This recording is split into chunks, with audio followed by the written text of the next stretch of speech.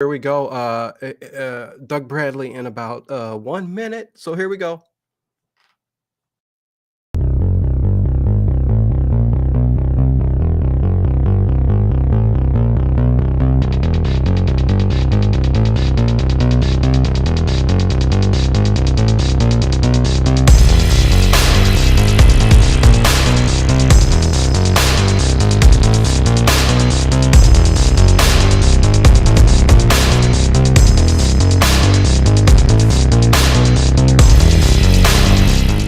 Is it just me? Or is it getting crazier out there? Hey everybody, welcome to Late Horror Show. I am Dino as always, and I'm just going to bring him right in. I'm not going to even make him wait. Doug Bradley is here. Dino's big pre-show before the big show. Guest Doug Bradley, Pinhead himself. How are you doing, Doug? I'm good. Hi, Dino. How you doing? I'm doing fantastic. Yet another show Good. to do, so I'm keeping busy, and it is really good to have you here. As Good. always, I got to throw. I'm counting. Go I'm ahead. counting toys. Yes, you are. You're counting 1, toys. Yes, we were 2, talking about this. Yeah, 3. 3, How many have 4, you got on display there? Do you 5. even have a clue? I have no clue whatsoever. No. Right. Wow. I'm gonna put some toys on the back wall here It's eventually brilliant. too. Looks So great. yeah, and Fantastic. then you'll see just my face surrounded by all these toys. But anyways, yeah. Um, counting. Anyways, I got a quick question before we dive into Hellraiser and then a bunch of other stuff. So he'll be here for about an hour, everybody. Welcome everybody in the chat. I'd usually point you all out, but it's time's precious. So, let's get into this. Really quick, Doug. Favorite, Laurel and Hardy, Three Stooges, or the Marx Brothers? Oh, I never really knew the Three Stooges that well. Okay. Very much an American thing. Um, Tough? it would be the Marx Brothers, but it's very tight between them and Laurel and Hardy. I would say love Laurel and Hardy, but Groucho is one of my handful of comedy heroes. So I would go with the Marx Brothers. Okay, excellent. Yeah, no, I have to throw little silly questions out because they're important to me. I mean, I love every single one of them. Absolutely. And yeah, Marx Silly Brothers, Laurel and questions are the Hardy. important ones. Hey, I don't know if you've ever been asked that before, but see, I'm trying I to do have not. this. There you go. But anyways, let's go way back. Let's start off when in the 70s. Okay, you know Clive Barker, right? You guys are friends. Yes. Okay. Yes. And I'll ask you how you met first, because I know you guys got into Right. this theater group called Dog Company, and it kind Yeah. of took off Well, there. Yeah. Go ahead. The meeting bit actually takes us back into the 1960s. Oh, okay. We were both at the same high school together in Liverpool, Quarry Bank High School. Nice. Which I started in '66. I think Clive had started 2 years ahead of me. And I think when I was in the third year at high school, I wheedled my way into the school play, basically because one of my friends triumphantly informed me he was going to be in the school play. His name was Jimmy Hughes. And I was really pissed off that Okay. he'd been asked to be in the school play and I hadn't. And I don't think I've ever been this pushy as an actor since I became a professional actor. Our form master, Bruce Prince, was the director of the school plays. And I just marched up to him and basically said, "Hey, sir, Jimmy Hughes said he's going to be in the school play. I want to be in the school play." And he looked at me and he said, "Okay." And he picked up a copy of the play, which was The Government Inspector by Nikolai Gogol. And he said, "Here, read this." And I did. And he said, "Okay, be at rehearsals tomorrow." So I Perfect. turned up at rehearsals and met the rest of the cast, which included Clive. So that was, we were aware of each other around the school Okay. before that, but that was really the first time, we met, and I got to know him. So that's the start of it. And then after school and university, we were doing experimental theatre of our own devising. Excellent. Clive and I and a group of friends in Liverpool. By degrees, we moved to London, and the dog company formed in the latter part of the 70s. I would say around 77, 78, thereabouts, and ran until about 1982, when by mutual consent we put the dog to sleep and went our separate ways. And Clive had already, I remember him, even while we were still doing the theatre stuff, giving me handwritten manuscripts of short stories and saying to me, have a read of these, tell me what you think, because Nice. I'm trying to write a few short horror stories, see if I can make a bit of money out of them. Now, most of those stories were stories that were then published in the books of blood. So that worked. Nice. Yeah. Your And first glimpse. and Yeah. yeah, and somewhere in amongst those, I read the Hellbound kind of Heart. first manuscript draft version of The Hellbound Heart. Yeah. Nice. And then by 85, going into 86, I was aware that Clive was, beginning setting things in motion to try and get Hellraiser off the ground, which all happened pretty quickly. So fall of 1986, we're at Cricklewood Production Village, rolling the cameras on Hellraiser.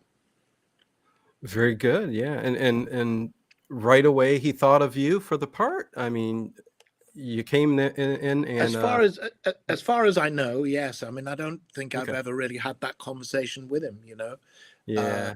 but Yeah. he first mentioned it to me in 1985, and I know I was talking to him about this unnamed character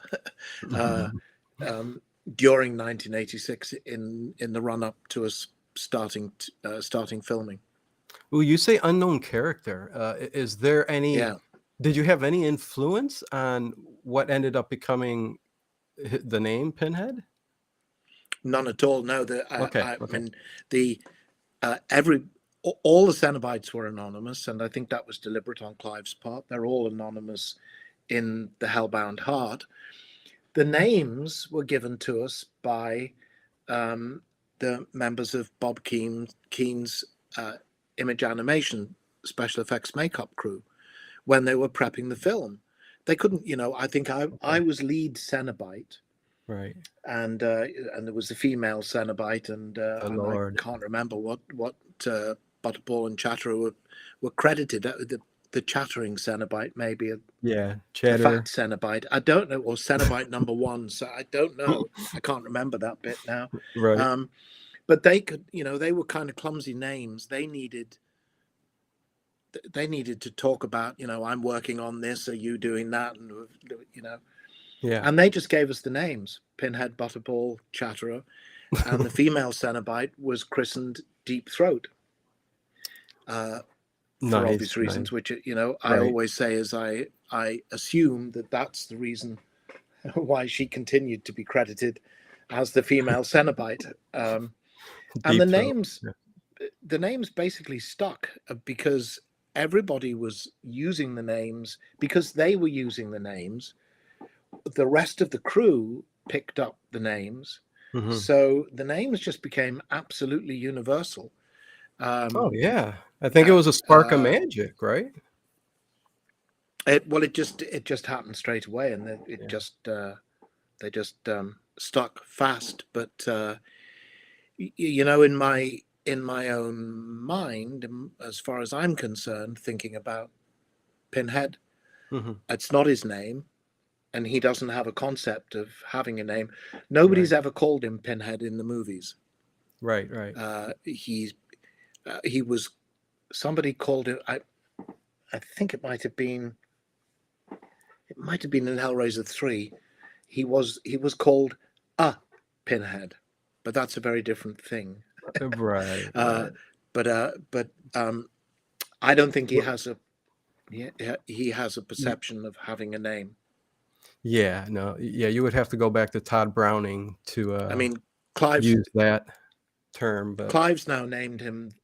It's interesting. Clive's now named him the Hell Priest, in which he did in the Scarlet Gospels, and that right. name has caught on very quickly. The fans are now talking to me about the Hell Priest, but again, that seems to me to be a descriptor rather than a name. Yeah, yeah. Short guy, as The opposed to Bob.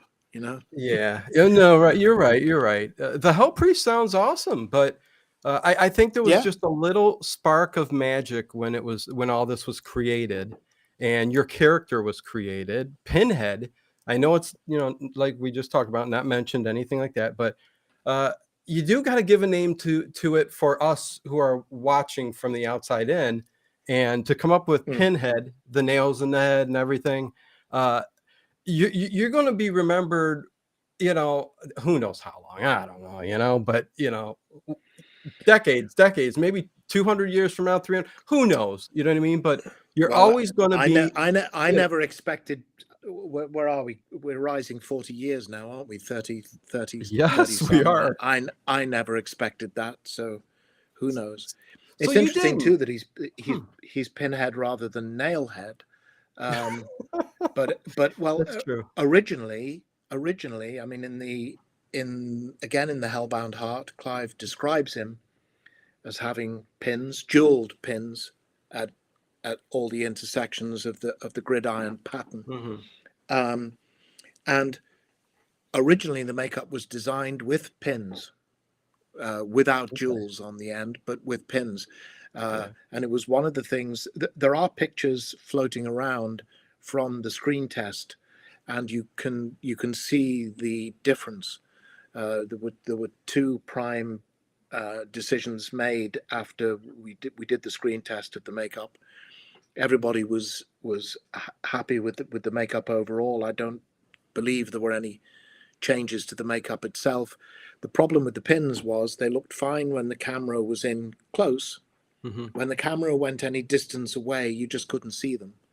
Hmm. So the decision was made to replace the pins with And with the chunkier nails because they just read better on camera.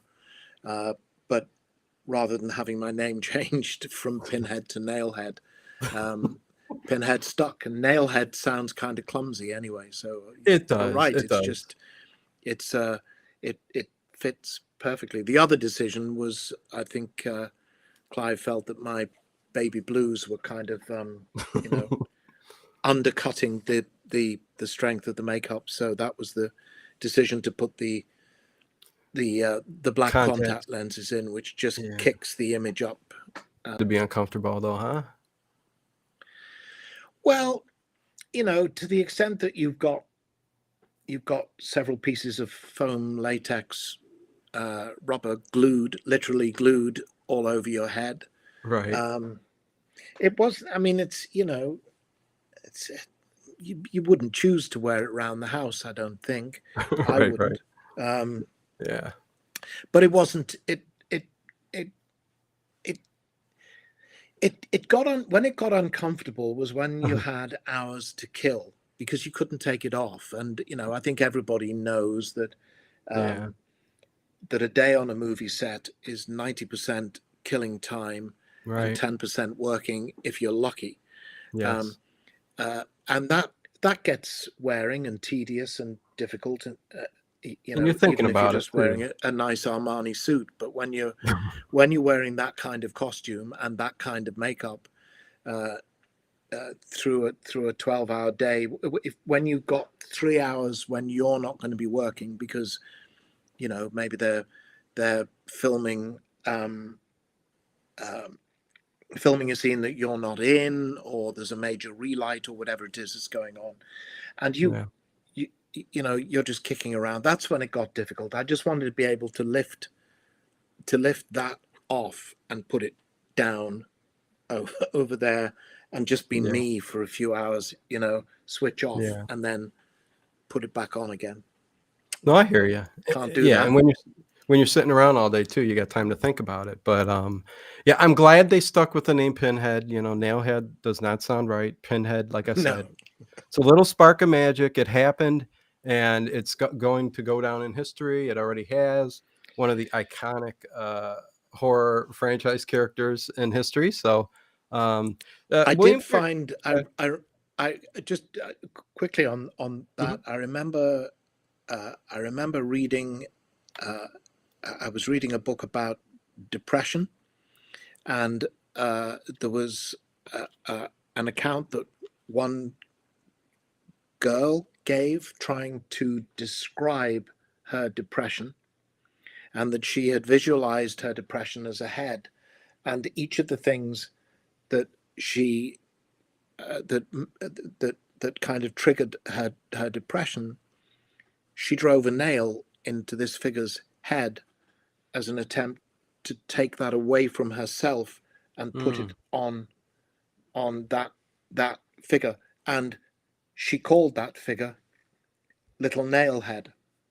wow. Okay, very interesting. You know what? Uh, That puts me and into this was pre-Hellraiser. She had never seen it. Was yes. before the film existed. So Well, heck, you know, you kind of got my mind thinking now. If we go way back to, I believe, the 30s, with the serial killer Albert Fish, who would put right. pins, hundreds of pins, long sewing needles and pins up, you know, right where you don't want it to be put, you know, and between that scrotum area and all that. I think you know the story of Albert Fish, right?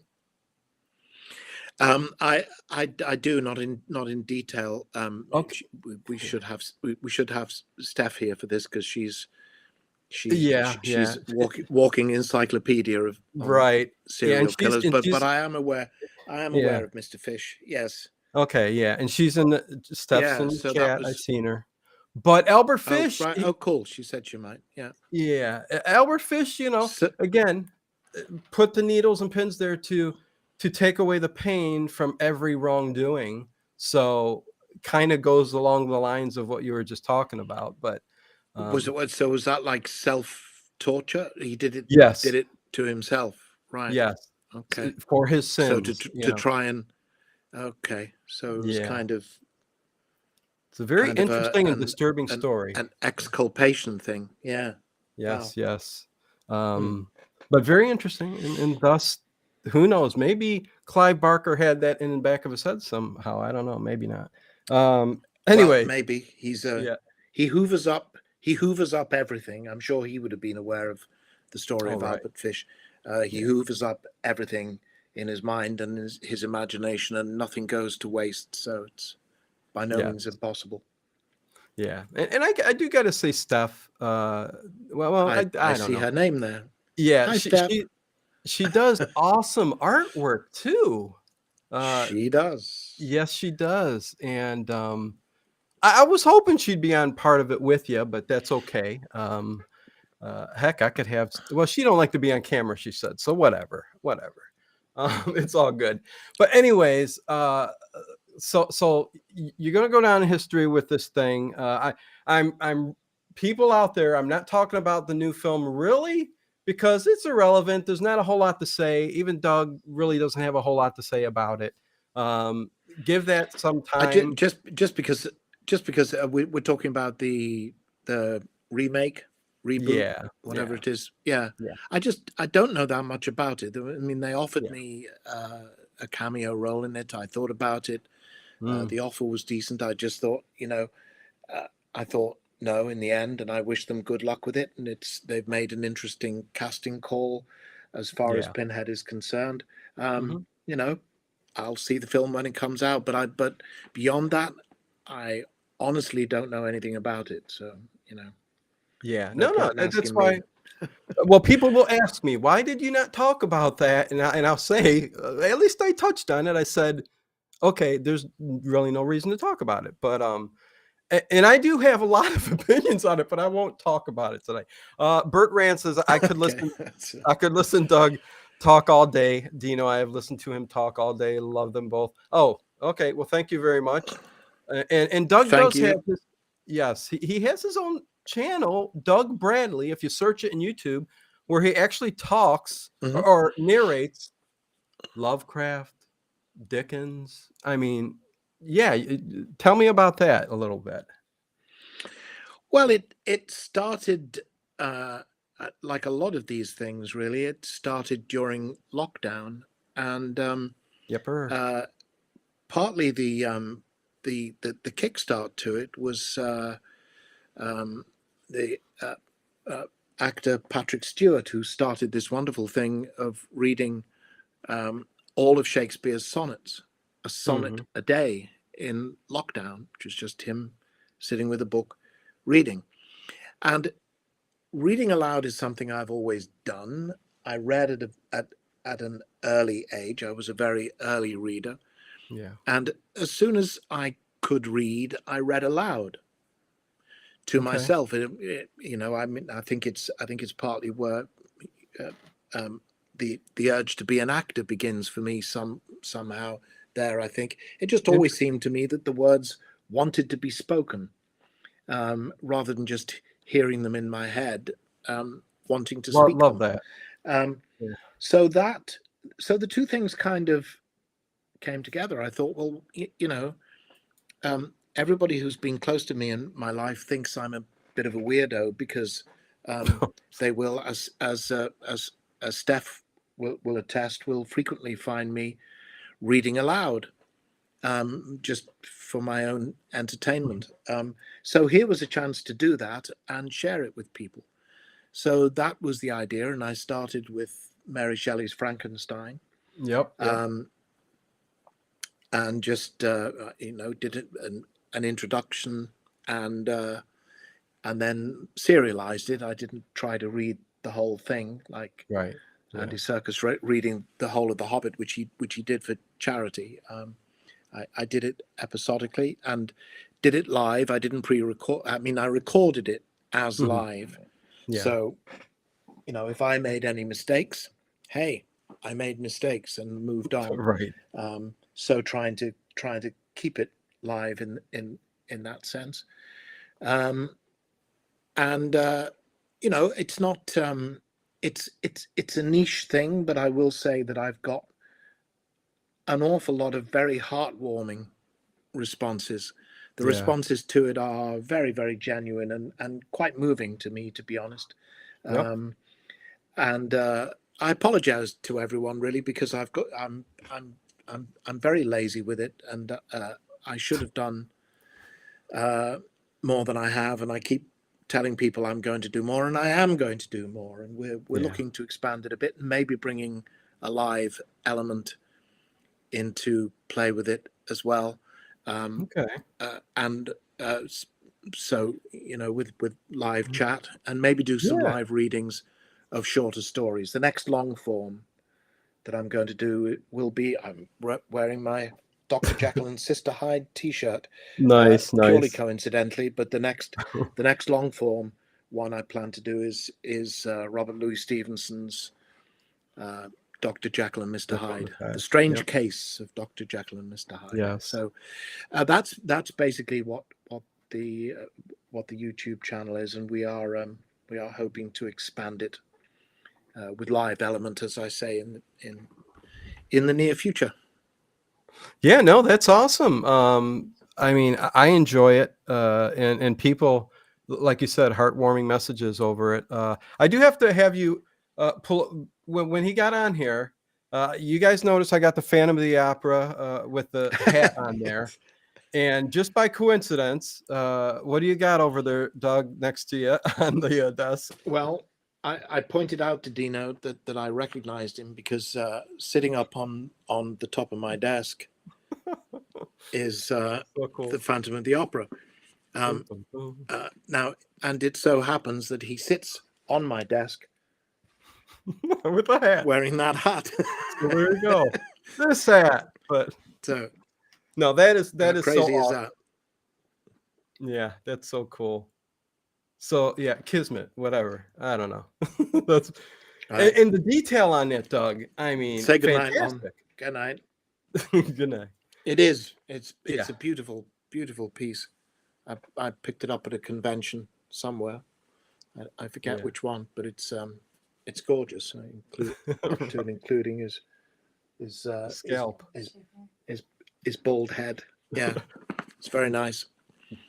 Darn that hall. And I was Darn that. saying the spooky clown right in the middle of your set, up in the back of your set, the red clown.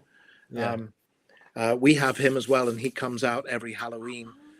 Yeah. And we kind of sit him on a chair on our porch Mhm. at Halloween to greet the postman Yeah. when he comes up onto the porch in the morning. And our black cat,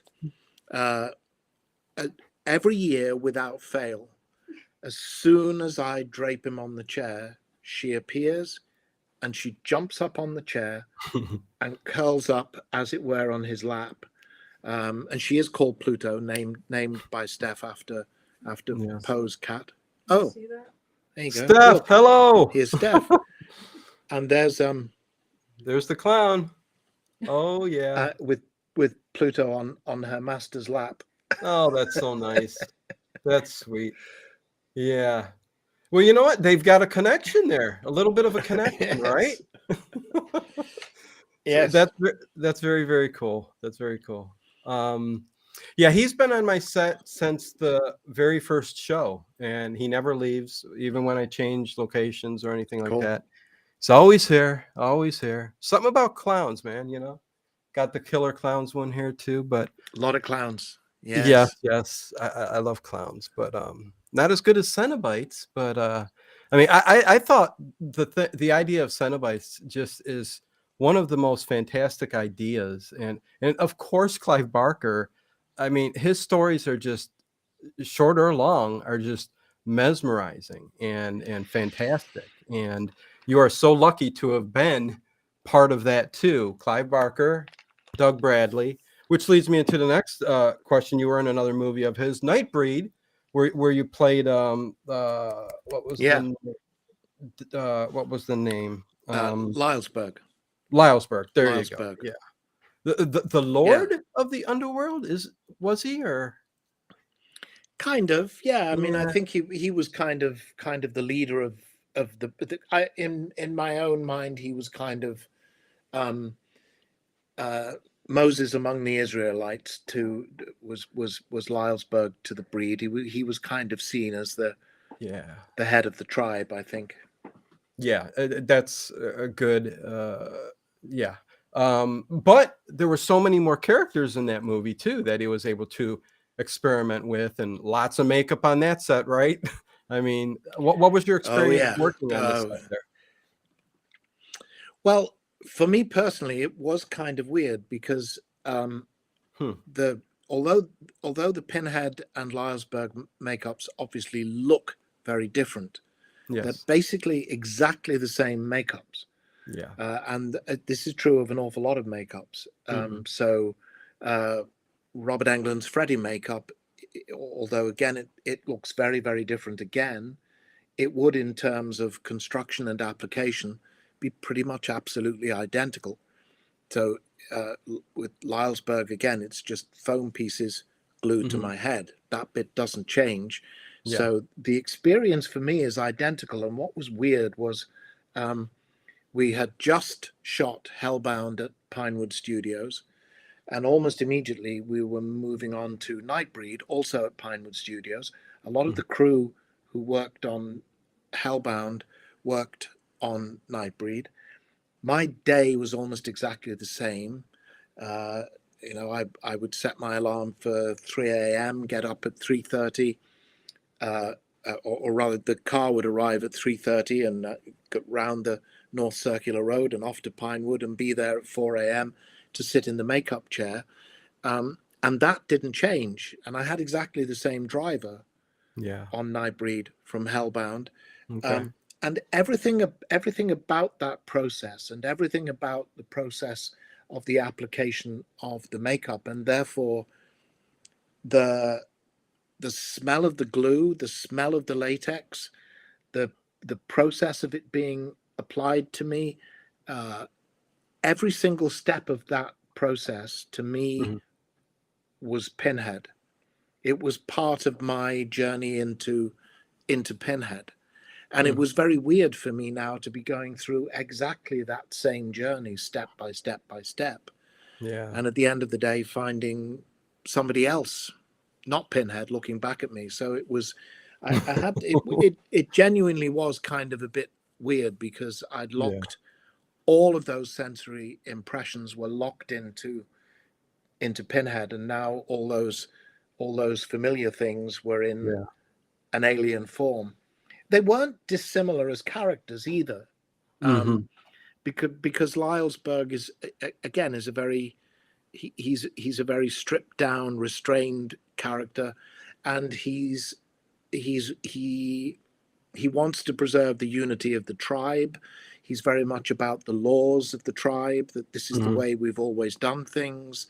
This is the way we will continue to do things, in opposition to the young gun rebels, like Peliquin, who want to get out of the cemetery, and he's kind of and Kinski, Nick Vince's character in Nightbreed as well, and Pinhead, is a very kind of rule bound figure, a very contained, held back kind of figure. So it was the two characters were in similar territory for me, and it was a challenge, because it's not really what I am as a character, as an actor. I like to be very mobile and expressive, and that's neither of these characters were that. No, no, not at all. How much of Pinhead is you? I mean, how much of the character did you put into it, or did you just let yourself be guided by the director and all that? Well, they say that we put a little bit of ourselves into every character we play, and we take a little bit of every character we play away with us, which is the bit that really worries me about playing Pinhead. I really can't answer that question. I don't know. All I could do was read the screenplay, and as I've said, I had the advantage of being able to discuss it with Clive, which was obviously was invaluable, and then it's about the application of the makeup, and it's about then, as I did the first time the makeup was on, I just sat in front of the mirror for about 15 minutes and just stared at this thing and wondered about him, and found most of what I was doing with the character there and then. But I didn't make conscious decisions to put me into the character. I wasn't thinking about me. I was thinking about the character. Now, inevitably, we do that. Everybody does that. No matter whether you're somebody like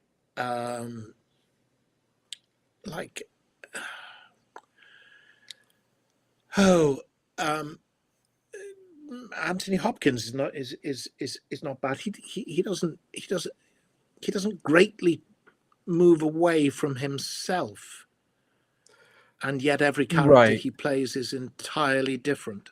Yes, which is a great gift. It's one of the things that makes him great. I get what you're saying. Lots of people, all of whom are escaping from my head, but even the chameleon actors who like to completely redefine themselves for every single role, they still bring themselves to that process. It's an inevitability, but I think that would be for other people to judge. It's not anything I was consciously aware of. Okay. And I'm not going to ask you to talk like, because I know you do a good Anthony Hopkins, but Steph might hear you, and we don't want to get anything riled up there. But anyways, sorry, Steph. Yeah. So I also do have to touch on your favorite horror movie of all time, because I did hear you say it. So let me start off with this question first, and then we'll talk about your favorite movie of all time. Are you a Universal horror guy or a Hammer horror guy? I think I know the answer to this, but maybe not. Honestly, the answer is both. Well, Because good answer. Go ahead. well, Hammer is really where I was really my my what am I trying to say? It was my learning ground. Okay. As a teenager, Granada Television in the northwest of England started showing the entire Hammer catalogue. So this it was called Appointment with Fear, and it was 10:30 on a Monday, if I'm remembering right, after news at 10:30 p.m. On came a Hammer film, and I was old enough to be able to be up that late to watch them, and so I did, and it was just a movie every week. So Hammer has an indelible place in my heart because of that. Gotcha. Peter Cushing is my hero, my god amongst horror actors. Closely followed by Wrong Shoulder. What am I? It's impossible to point back to front, right? Mr. Karloff. Oh yeah, Boris Karloff behind okay. me. Yes, well, you can see him more clearly. Maybe there, he's got the light on him a bit. In having a cup. There you go. Yeah. Wrong Shoulder again. No, God. Drinking. All good. Yepper. Drinking a cup of tea on set. Yes. Which goes into your favorite. Oh, go ahead. Yeah, well, so then I guess I would have started to discover the Universal back catalogue, and so where you're nudging me is that my favorite horror movie of all time is The Bride of Frankenstein. Yes. Very good choice. When somebody says their favorite movie of all time is any of the Universal horror movies, I just get so excited. Are you a Universal guy? Oh, well, I'm kind of like you both. It depends what mood I'm in, but I am a Universal guy first, like you say with the Hammer. Universal kind of influenced me and took me to the Hammer movies, but I discovered the Universal movies first. And I mean, it's just I love black and white horror, and every single one of those movies are fantastic. And it's funny you picked Bride out before Frankenstein, but I 100% get it. I would say Son of Frankenstein, believe it or not, is my favorite with Basil Rathbone. A very Art Deco kind of look and feel, and there's just a different feel to that movie than the other two. But, but they're it gets forgotten, I think, but it's certainly not. It's not a bad movie. Karloff's final outing as the monster. And then, I mean, of course, I was going to put that into Bela Lugosi or Karloff, but you already mentioned Boris Karloff over Bela. Yeah, I've never been a great Lugosi fan. To be honest, it's Karloff all the way for me, and not just for the monster, though it's a superb performance, and he wrote the rule book in terms of the sympathetic monster. I think. I always found Lugosi a bit wooden. The pace of Dracula is so dreadfully slow, and I love the way that Karloff finds the humanity in the monster and shares it with us. But I think he was an outstanding actor. I think. I mean, across the range, really, in almost everything he did. Yeah. He was in Abbott and a Costello. I mean, yeah, yeah. meets the killer. He just goes on and on.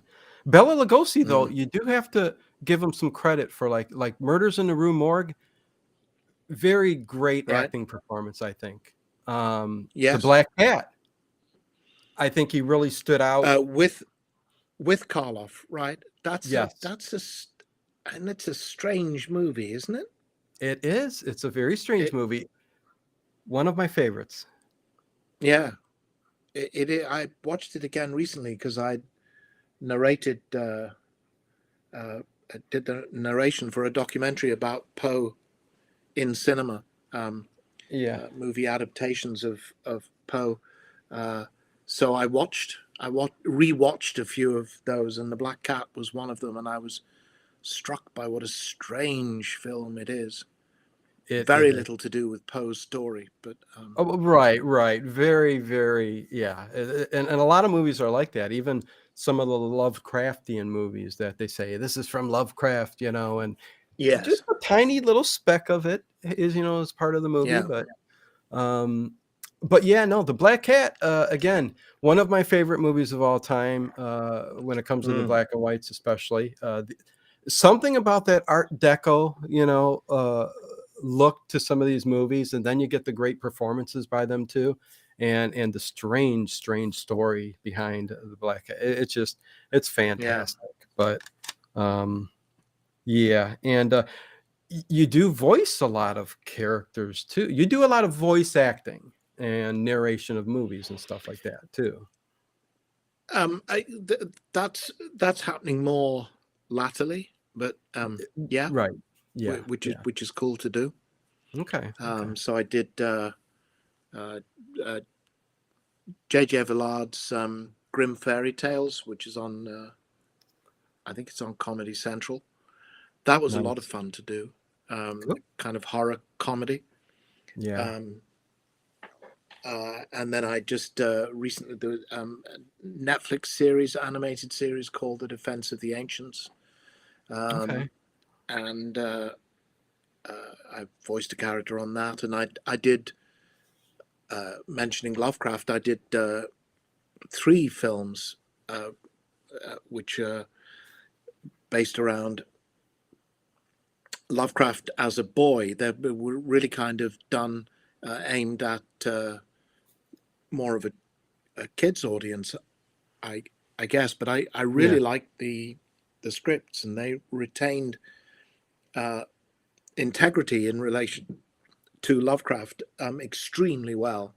Uh, Okay. so I was Nyarlathotep um, Mm. in that one of Lovecraft's elder gods. That was fun to do. And then the director Sean Patrick O'Reilly just contacted me again recently, so I've just done a short cameo role. It's odd. I appear in the movie, but I'm actually an unseen interrogative voice, as a kind Really? of well, as a kind of parole officer, but it's a machine parole officer.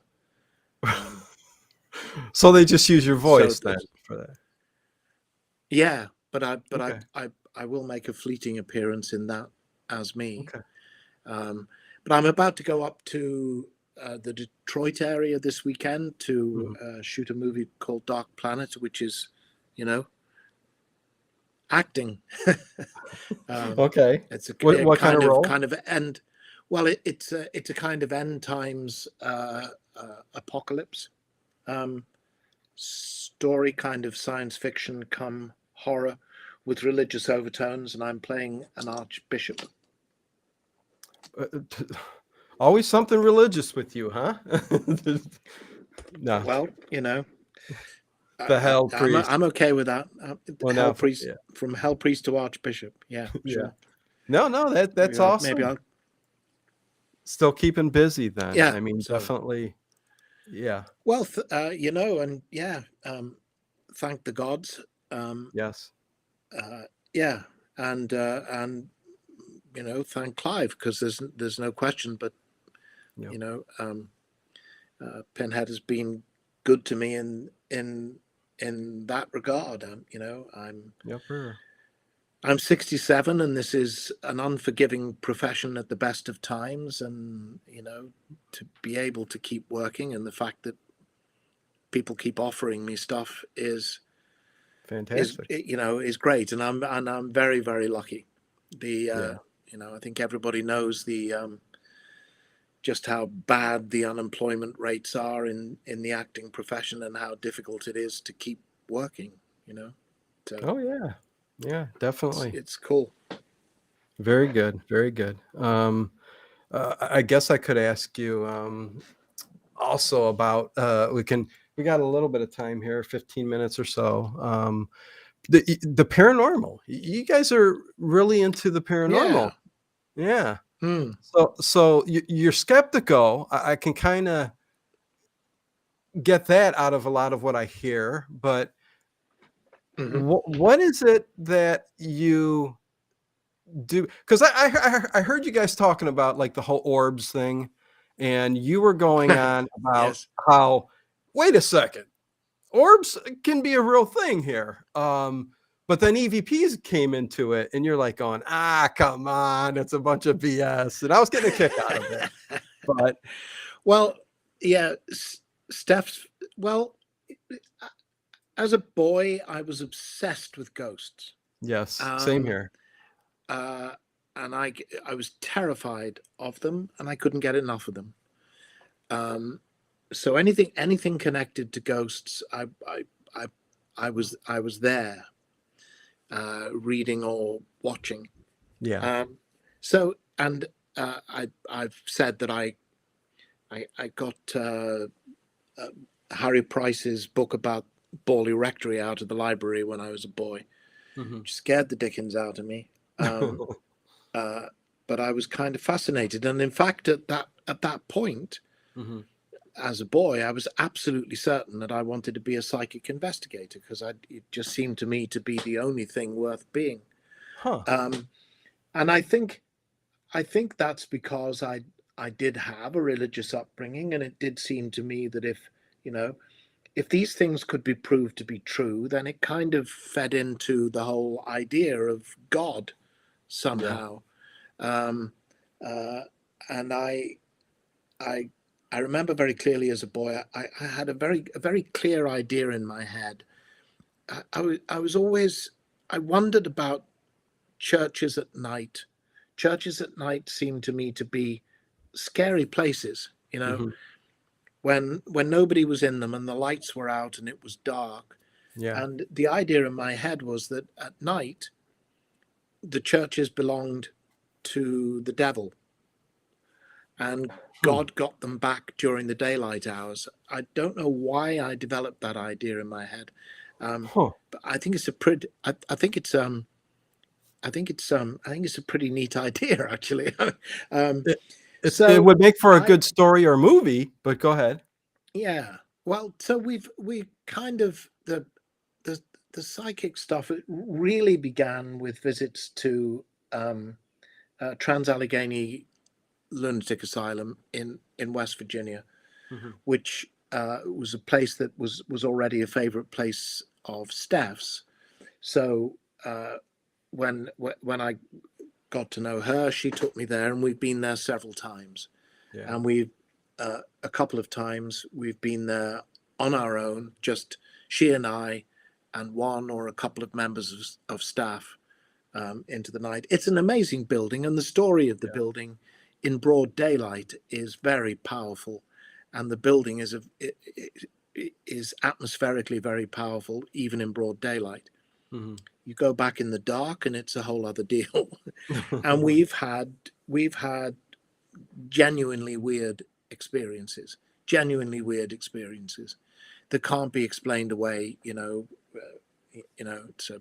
the wind, And it's an owl, it's a mouse. No, none of yeah. that. These are Anything blow weird. your mind. Yeah, and I'm really genuinely fascinated by it all. We've never seen a ghost there. I've never seen a ghost, but I am genuinely fascinated. The stuff that we've encountered, I I think it's a bit lazy when people kind of talk about it being automatically the spirits. Oh, we're contacting the spirits, we're contacting the dead. I'm not at all sure that Right. that's true. I don't know what is going on. I don't think anybody knows what is going on. No. And I am now absolutely riveted to the Skinwalker Ranch series Oh on the gosh. History Channel. I think Yes. that is so fascinating. And Mm. it's bewildering because there's so much going on there, and so much of Oh it yeah. is it's not supernatural. It's absolutely damn real, and it's scary because it's real. You know, people Yeah. getting swelling brains and radiation burns, as well as Yes. them seeing UFOs and the full panoply of the psychic Mhm. stuff. And I am very much, and what's happening at Skinwalker Ranch seems not to be isolated just to the ranch, but the ranch sits in a whole area around there Right. in Utah that is called the Uinta Basin. Mhm. And these phenomena seem to be observable right across the basin. I Yeah. suspect that there's something electromagnetic going on in the relationship between the earth and whatever is in there, and the environment and the people around it. But Yeah. it's very strange, and I can't get enough of that.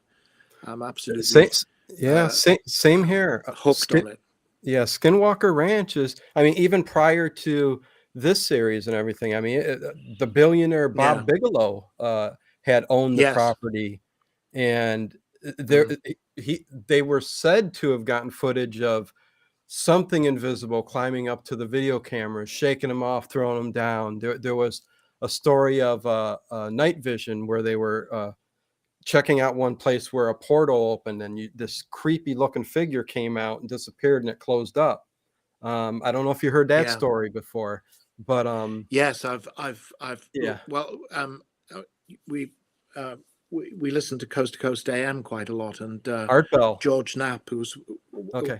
well, yes, Steph was listening back in to Art back in the day. Again, I was completely unaware of the existence of Coast to Coast before I got to know Mm, Steph. Um, but one of the regular weekend presenters, George Knapp, yes.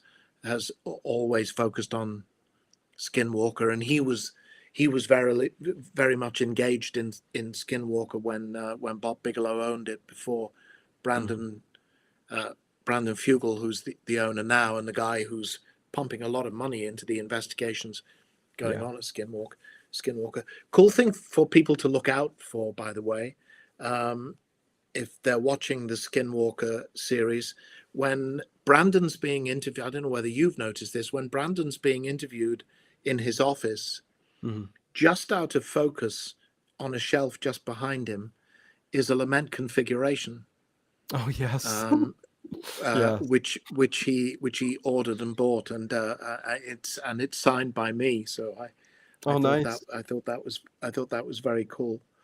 Yeah, very Um, cool. we Yeah. we've we've been in touch with him, and I would, with some reticence, I would love to visit the place. Um, Reticence, you can take me into any haunted house. Yeah. I wouldn't be scared about it. Um, But when you get but physical reticence in that symptoms, place because it is real. Yeah, yes. absolutely right. I know Steph says, no way, Jose, she's not going near that place. Right, right. Well, um, when you start hearing about uh, physical things happening to your body and all that, it's a different yeah. story, but yeah, ghosts and Well, everything and else. Yeah. it seems to have this weird thing as well that um, it it's aware when new people come to the ranch. What I say, whatever is going on, Mhm. it there is a people who have been at the ranch for a long time, over a very long time, are aware that phenomena seems to kick up when new people come to the ranch. Like it knows there's There's a Yeah. new person that they need to put a show on for. And as soon as people start to experiment, it kicks back against the experimenting and the observing, Yes. like it's playing games, like it doesn't want to be observed. It's a constant theme again from anyone who's watched the program. They bring in, experts with state-of-the-art equipment to Right. monitor this, that, and the other, and it Yeah. all goes wrong Exactly. over and over again. But this last episode, I was just watching that. They brought in a guy, and he's in his vehicle, and he's got his computers, and he's got multiple cameras and other gadgets to Yeah. measure electromagnetism and all kinds of things.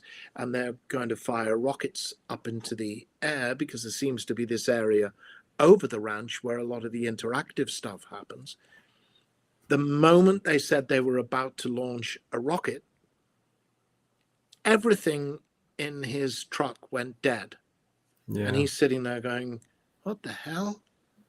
Yeah. And then as soon as the rocket came down, everything came back on again. Yeah. So they said, okay, we'll send a second rocket. Right before the second rocket went off, everything went dead again. And that Yeah. just kept on happening. And, batteries draining, phones going crazy, iPhones just cycling through every app and every function on the phone in a completely random way when nobody's touching the screen. It's very peculiar.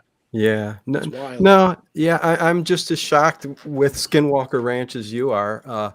It still comes down to, I almost need to be there to witness it myself to go, oh, okay, I believe now. But, you Sure. know, yeah, I've experienced Well, and I stuff. think Brandon's very protective of the place and not Yeah. wanting to kind of put it on the tourist map, and I understand that, and I applaud him for that. So Right. I don't know Yeah. whether I'll get to visit one day. Right. 100%. I did hear there is a place 15 minutes from me that you guys, I think Steph said she didn't hear about, but it's called Franklin. Back in the day, it was the Franklin Haunted Castle. You could look it up. It's here in Right. Cleveland, Ohio. Okay. It's kind of got a history of an underground railroad that led out towards Lake Erie and crossed to Canada. Okay. But I was a kid when they were doing tours back in the day, and we all heard a baby crying, and because there's a story that there were bones of an infant found in the walls of the house and stuff. So it's a very interesting place and very haunted. Always activity going on. So yeah, Cool. if you guys are Right. ever Okay. in the area, check it out. It's And one when you say an underground railroad, you don't mean anything to do with escaping slaves. You mean an actual underground railroad. Oh no, the escaping of the slaves and crossing Okay. Right. the lake Okay. to Canada to So freedom. that it was a kind of staging post Yes. along Very the far, way. very far Okay. north, but Right. yeah, right on the lake. Right. So, Yes. yeah, Okay. yeah. Cool. So it's Okay. because Well, I maybe know it's you're a not too far history away buff from us, so too. maybe we'll check that out. Okay. Yes. Yeah. Yeah. Yes. I really like that about you too. It's like, got a lot in common here, Doug. We seem to have. Yes. Yeah, but I'm a history buff too. I mean, everything from Civil War to even World War II, and I'm just very enthralled with all of it. It's just very interesting. I don't know if you have a favorite period or event in history that you're so interested in, but Well, obviously I'm coming to American history as an outsider, and right. I want to know more about the founding fathers. Okay. But also the Pilgrim Fathers and the early settlements. My kind of back of a matchbox psychological summary of America has always been that you have the Pilgrim Fathers, who are the Puritans, and the Puritans are all about thou shalt not, and you'll do it this way and no other way, and it's, you know, and you won't have sex, and you won't do dancing, and you won't make music, and you know, you won't really think for yourselves. Yeah. I may be doing them a disservice in that regard, but that's kind of, for me, that's the puritanical mindset. Right. And then the founding fathers and this glorious piece of humanist enlightenment poetry that is the Declaration of Independence and the Bill of Rights and the Constitution, with absolute separation of church and state. Not quite sure that America is still observing that separation of church and state, but that's a whole other discussion, maybe. Yeah. But that's the way it was designed to be. Right. And I feel all the time that first Puritan no, it meets the Enlightenment founding fathers. Yes, we can do this. Yes. We can aspire to the idea that we're all equal. We're not doing it, but we're still not. But we can aspire to it. And I always feel as though that these two forces in America are always, you know, banging heads together, the puritanical element and the Enlightenment element, which is inevitably necessarily a progressive element. You know, America was born out of a revolution, and it should still be a revolutionary country. Yeah. No, 100%. So all of that is fascinating to me. Obviously, the Civil War. For me personally, English history, of course, is always of great fascination. The Tudor period is endlessly fascinating. It's such an extraordinary, rich century, especially from Henry VII through Henry VIII to Queen Elizabeth I. Did you like the Showtime series? Which one was that? The one with Jason Rhys Davies. Is that his name? Jonathan Rhys Davies. Oh, the Tudors. Yes. Was that, I think that was called, wasn't it? Yes. Yes. You know, I haven't got round to that, and there's another one subsequently as well with, I think, Timothy Chalamet, which is just called The King, I think. Which I haven't got round to those two. Haven't gotten to that, but Tudors, give that a watch. That's a very well done series. And then for me also ancient history. I always fascinated with ancient history. I love Albert Lynn's series, Hidden Cities. What LIDAR is telling us now is going to absolutely transform history, our ideas about the ancient world. The Amazon basin, you know, that's just this thing of rainforest. LIDAR now is telling us that there was an advanced civilization on a grand scale across the Amazon basin. Cities, road networks, a lot of people, agriculture, you know, and we think it's a barren place, that, you know, it's just jungle, but it all of that is I can never ever get enough of all of that. Ancient British history, Avebury and Stonehenge and all of that as well. So a lot of history. Yeah, no, good stuff, man. I could do a whole show on the paranormal with you, but sure. Who knows? Well, I'm very limited. I mean, I haven't done a great deal of stuff. You know, we've been at Trans-Allegheny a few times, and Mansfield Reformatory. We were there as well. I mean, I love the old deserted buildings just for themselves as much as anything. You know. Yes. And I'm also slightly skeptical about, you know, in America, every damn place is haunted, you know. And I don't. I watch all the shows on the Travel Channel and so forth, but I get kind of annoyed with people who, you know, demand that the spirits speak to them, you know. and we never really get anywhere. Right, Did you right. hear that? What was that? Did you hear that?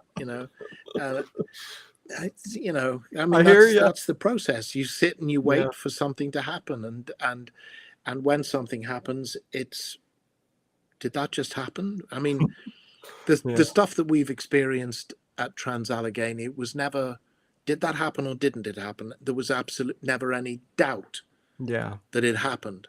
Right. I can't explain what it is. I'm very much a believer in that buildings soak up and retain atmosphere. Energy. I Yes, do yes. believe that very, very much. You go into some places and you feel very relaxed and Hmm.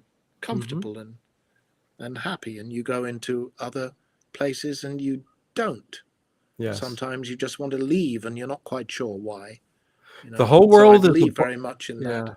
The whole world is a ball of energy, and one day we're going to find out that everything, even inanimate objects like wood, a table, a chair, somehow holds the memory of the past. And so I do believe that. I do believe someday we will be able to somehow extract that from inanimate objects just because of the energy that's out there. But that's way down the road. But yeah, it's very Yeah, I interesting. mean, I think ultimately we will discover that the supernatural isn't. It's natural. It's just that, Yes. at the moment we can't describe it. So Right. it's puzzling to us. I'm sure that the majority of UAPs. I mean, I think someone just was mentioning on the chat that Congress is holding hearings into that at the moment. I've no doubt that a lot of the UAPs are real. I think a lot of them is us. I don't think it's any accident that so many UFO sightings happen close to US Air Force bases. Yeah. You know, duh. I think that should tell us something um, Right. about what it is. I imagine that for the U.S. military, people's determination that these things are little green men in flying saucers was probably a godsend to them, because as long as people were thinking that, they weren't asking the real question: is, what are you guys flying around over our heads? Because I'm sure a lot of it is actually us, and a lot of it Yeah. is natural phenomenon. I mean, I know, if I Right. say it's probably ball lightning, people always go, "Oh God, the ball lightning thing," um, Yeah. but I'm sure a great deal of it is natural phenomena, which, Yeah. again at Skinwalker Ranch, they fire rockets into the air over that place, and UFOs appear. Oh Well, yeah. they didn't just Yeah. they didn't just fly in from Alpha Centauri. Something's happening in Yeah. the skies over Skinwalker Ranch, so that when they send rockets up there, there's an interaction that is Hmm. producing these visible phenomenon, Yeah. which they've captured on film, and I'm sure Yes. eventually we'll have a natural explanation for it. Yeah, I would hope so. I mean, we've been dealing with this for, well, forever, but as young as I have been and listening to Art Bell and everything else and stuff like that, because I'm a big fan of Art Bell and listen to everything. Um, Right. we really still, I don't think, know anything more than we did 30 years ago even. I mean, it's just No, very sure. complicated. I mean, I see someone on the chat recommending I visit some of the Civil War battlefields, which I have a little bit. Manassas, not. I don't. Where is Manassas?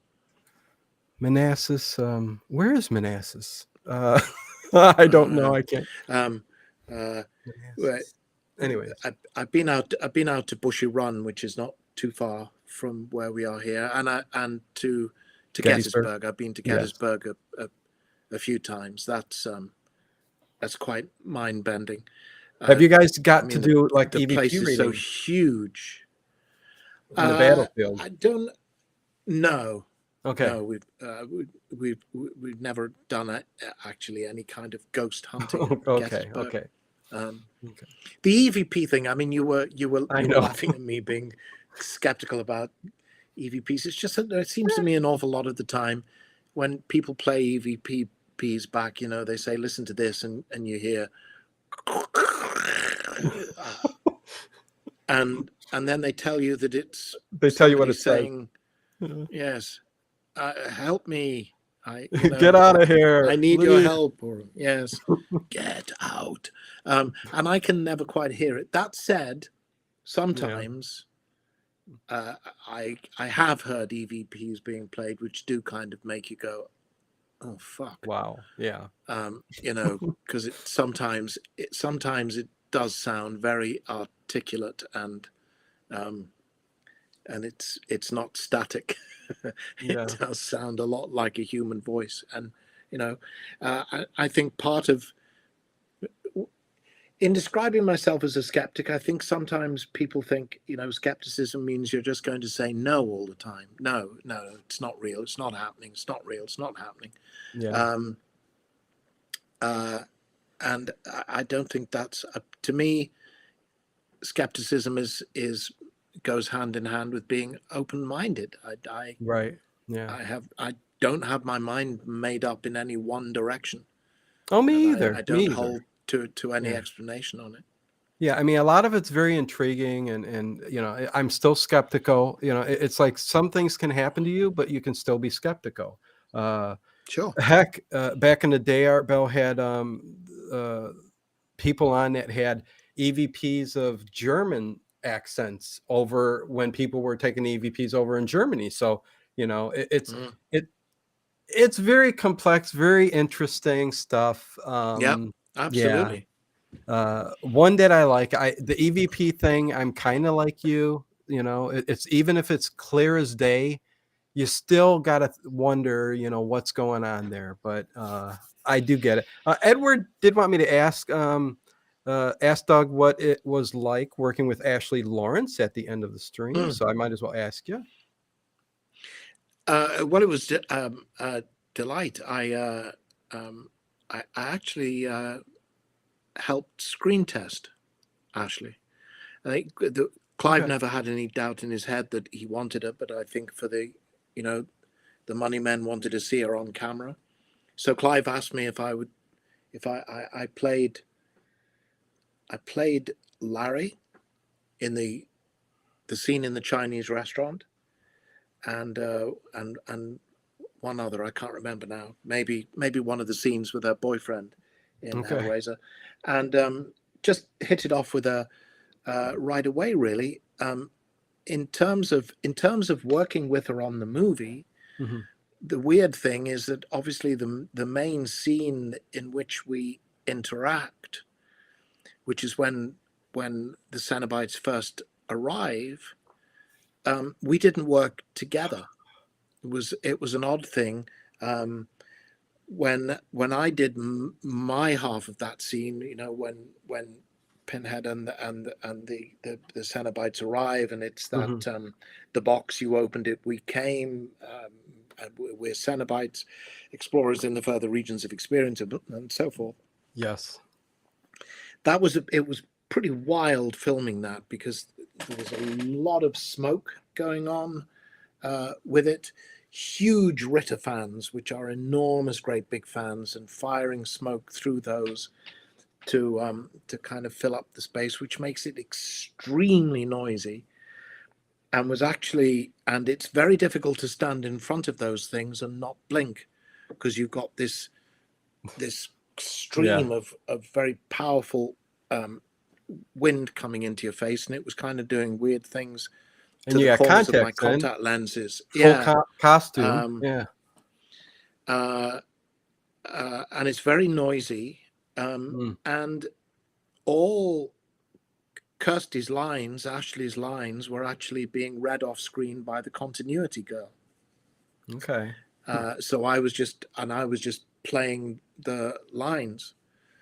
And then I remember later on in the day, I was prowling around the set somewhere, which is what I tended to do when I wasn't required for acting, and I hear Mm. Well, I couldn't settle. I could never settle. I wasn't good at being on my own. I wasn't good at Yeah. trying to make small talk with other people when I had the costume and makeup on. So I Right. just tended to wander, really. And I suddenly hear from somewhere on the soundstage Mhm. Ashley doing her bit, the other half, but not with me there. And I kind of Ah. thought, oh, that's a shame, you know. Um, Brush on over I, there. I Yeah. well, I, I'm a big believer in it's the old cliche that acting is reacting, but I think actors should be there for each other even if they're off camera, Yeah. not being seen. The fact that you are there, um, playing that character to us. So the weird thing about those scenes is that I didn't work with Ashley and she didn't work with me. Okay. And then I think the Darn it. only other time when Pinhead and Kirsty cross paths is when they're about to do Frank in Larry's skin in right at the end, and Mhm. right at the beginning of the scene, Love it. Pinhead says, "This is not for your eyes," and sends her away. Yes. so, so we seem to be determined not to That was spend a great awesome. deal of time on set together. But Yeah. from making the first film, she became a friend and remains so to this day. Awesome. So there you go, Edward. That's pretty cool, Doug. Do got a super chat here too for Mr. Bradley. I greatly appreciate you sharing your acting talent with us for so many years. My friend Emily has met you several times. It is one of the happiest moments of her life. Thank you, sir. I don't know how Oh things like well, that feel to you, but um, yeah. well, it's better. I've been accused of being a dick. Uh, Yes. I've seen you some of those. you can't please all of the people all of the time, No, but I'm glad no. I'm glad it was nice. I was nice to Emily. I do try, but you hit those moments, Yes, I know. especially at conventions, and a Yes. long day. Your brain gets fried. You're Yeah. tired. You've answered the same question 96 times. Yes. Yes. Uh, and if someone catches you at a bad moment, Steph's aware of this more than I am, but Yeah. sometimes you just don't answer somebody's question, or Right. you don't make eye contact with them at a crucial time. And I apologize to anyone who's been on the receiving end of that. Yeah. I I do make an effort, but It's impossible. Yeah. sometimes you can't win. Yeah. No, it's impossible. So, no, yeah, we are winding up here. You're over the time, the hour, but Oh, that's uh, okay. Don't worry about that. But when people say that I met you and it was great. It's great to hear that. The yeah. interaction with the fans is actually something that I treasure, and it means a lot to me. Yeah. Well, good, Especially good. now that we're able to be back on out on the convention circuit. Yes, thankfully. Yes, yes, Doug. It's Yeah, anyways, that's again, I could probably see I've got a booklet here and I didn't even ask probably three-fourths of the questions I really wanted to ask, but um we could definitely talk again one day down the road. You're a sure, busy man, but absolutely. Yeah. I, Well, you I, know I where I live. You have only to ask. there you go. But I do want to thank you. I mean, for giving us you and Clive, for giving us this character, Pinhead, Nailhead. No, not Nailhead, Pinhead, uh, who will go down forever so far as one of my greatest horror icon ever. I mean, nothing comes Well, if close. yeah. I mean, I've made peace with that now. If we have Yeah. a forever, uh, it's Right. it's an indelible mark, and it's not going away. And I'm proud of that. I am absolutely Yeah. proud of that. It's a great thing. Definitely. Yeah, you should be. You should be. So one last question. It might be a weird one, but Mm, again, I like to be a little bit different, Doug, and ask okay. different kinds of questions. But um, who, and you don't have to answer it, but who other than yourself, Pinhead, the Cenobites, is your favorite horror franchise kind of Freddy, Jason, Michael, Chucky? Who's your favorite? Do you have a favorite? Amongst contemporaries, Yeah, not universal, not the Frankensteins and stuff, but yeah, right? kind of tough. It is kind of, because there's a little bit of all of them that I like a Okay, lot. okay. Um, uh, Freddie, yeah, Yes, yes. sure. I mean, I was a fan of Freddie watching the early movies before I got to meet Robert, and it's Mhm. slightly different because I know all these guys now. Right. Leatherface, Gunner's performance as Leatherface is tremendous. Yeah. Um, uh, and I kind of separate their, Michael Myers. Halloween, I think, is a brilliant movie. I think it's not just a great horror film. I think it's a great piece of movie making. Period. Yes. By a great director, John Carpenter. Hmm. Um, and there's so much in that implacability of Michael that is so powerful. Yeah. Um, and Jason has that element too. The relentless, remorseless killing machine. They're not great for a conversation, Mm. and Pinhead do like to talk. Yeah. Uh, um, I it would be hard to kind of pick one out really. That's It's all right. probably would be Freddy, but only Yeah. only by a margin. Yeah, you're kind of on the same wave as me. Overall, Freddy, after Pinhead. But because the first movies of like Friday the 13th and then a couple subsequent films are really, really good. But the franchises overall, I think, in my honest opinion, I think the Nightmare on Elm Street series, has a lot more good movies than bad. Whereas the original Hmm. Halloween, original Friday the 13th, Chucky are great, and then they slowly, good one, bad one, good one, bad one. But so I get it, I get it. Um, but okay, anyways, so yeah, I guess I'll let you go here because in a half an hour I got to get ready for my old time radio show overnight Okay, and right. do that. So I don't know if you listen to any of those at all. If you're a fan of old time radio I shows. Occasionally I do. Again, Steph is a mega fan of all Okay. that stuff. Yeah. So you just set those. Are you actually part of that as a presenter, or you just set those running through the Yeah, night? no, just started off playing at like a half an hour from now, 10, 12 hours later, I shut it down. Mm, So yeah, no, just run them all. I put the playlist together.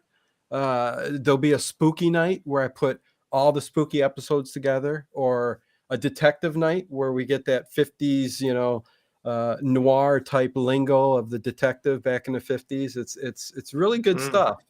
Um, They're great stuff. They are yes, yes. wonderful. They Yeah, are, they are, and and it's fantastic that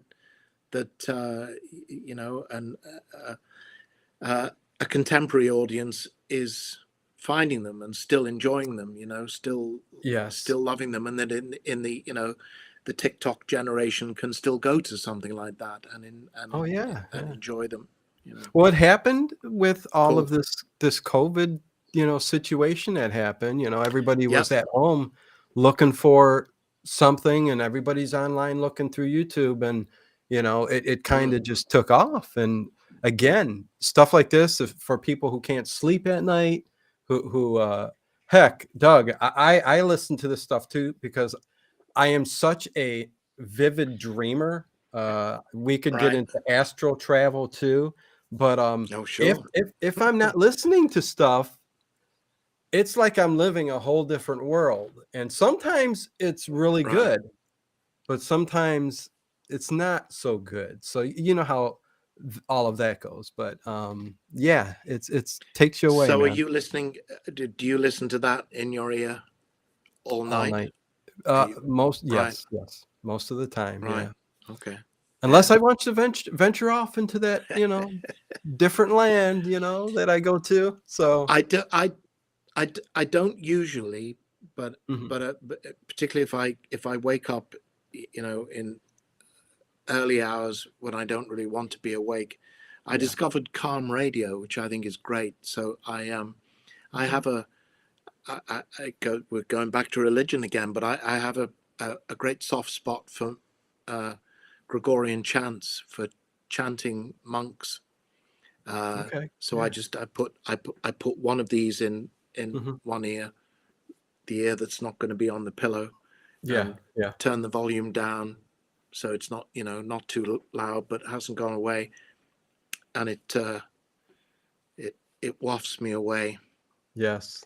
And I think it's Very good. because there's no verbal content. So if you focus on that, it Mhm. unfocuses my head, because Yes. that's my problem. If I wake up early, my head starts going, and then I can't go Okay. back to sleep. Um, Yeah, sound is a but very I yeah, found calming. chanting monks to be to be very, very, very calm inducing. Yeah, very cool. Very nice. Okay, so I mean, I'm gonna let you go here. Doug, Okay. thank you very much for coming on here, and everybody's appreciated it. Steph, thank you very much. If it wasn't for you and the comment there about a year ago, man, I think it's been for one of the old time radio shows, I wouldn't have kind of got in contact and started this whole thing. And so I'm glad to have met you. You kind of ticked off a little box for me, Doug. I do appreciate that. And Cool. yeah, hopefully down the road, I'd like to talk to you again. So Sure. Yes. yeah, but Cool. anything outgoing you want to talk about? Do you still want to plug that YouTube channel, Doug Bradley? He will be doing more readings, so definitely Hmm. Yep. subscribe, hit the bell, and all that good stuff. Yep. And as I say, we're going to be expanding that and bringing in a live element to it. Um, Okay, so cool. that will be happening down the line, certainly. Yep. Very good. I'm looking forward to it. With that said, I will let you go so I can finish up Okay. here talking to all these family late horror show family members, I like to call them, in the Okay. chat. Right. And Cool. I hope to talk to you soon, and you have a good night. And thank you very much, Doug. Okay. You're very welcome, Dino. Thank you very much, and thank you to everybody in the chat. Okay. Thank you. Awesome. Good night. Good night, Doug. Bye. Okay, so there you go, Doug Bradley. What an awesome guy, right? Um, I do like. I want to thank everybody. I didn't get to as many of you in the chat because we just kept talking, and that was fantastic. I tried to get as many of the super chats and everything as possible, but everybody who did super chats, thank you very, very, very, very much. I really appreciate it. If I missed a question or something like that, I do apologize. But heck, down the line, we'll have Doug back again, hopefully, and because there's plenty more to talk about. So definitely look forward to that. Anyways, yeah, everybody's here, man. Kathy, hopefully you guys all dug it. You guys all enjoyed the show. Tonight we do got the best of Richard Diamond. I thought I'd put just a single, you know, not a mixed bag. I know everybody loves the mixed bags, but I felt like a Richard Diamond night, so I'm going to play a best of Richard Diamond. So that's what you're going to get tonight. And yeah, man, that was awesome talking to Doug. That was really, really cool. And man, somewhere if I'm not sure how much stuff he wants to promote her Etsy site. She's on Instagram. I'll have to share it with you guys one of these times. But the artwork is so awesome, and it's almost reminiscent of that kind of Hellraiser world, the kind of artwork she does. So it's inspired, So it's really, really cool. So yeah, thank you guys all for being here. I am going to sign off and get ready for that show. Another busy night here on the Late Late Horror Show, and tomorrow me and Ted will be back doing another movie review. So look forward to that. And yeah, much love to you guys, and peace. And I will see you guys all later in the other chat.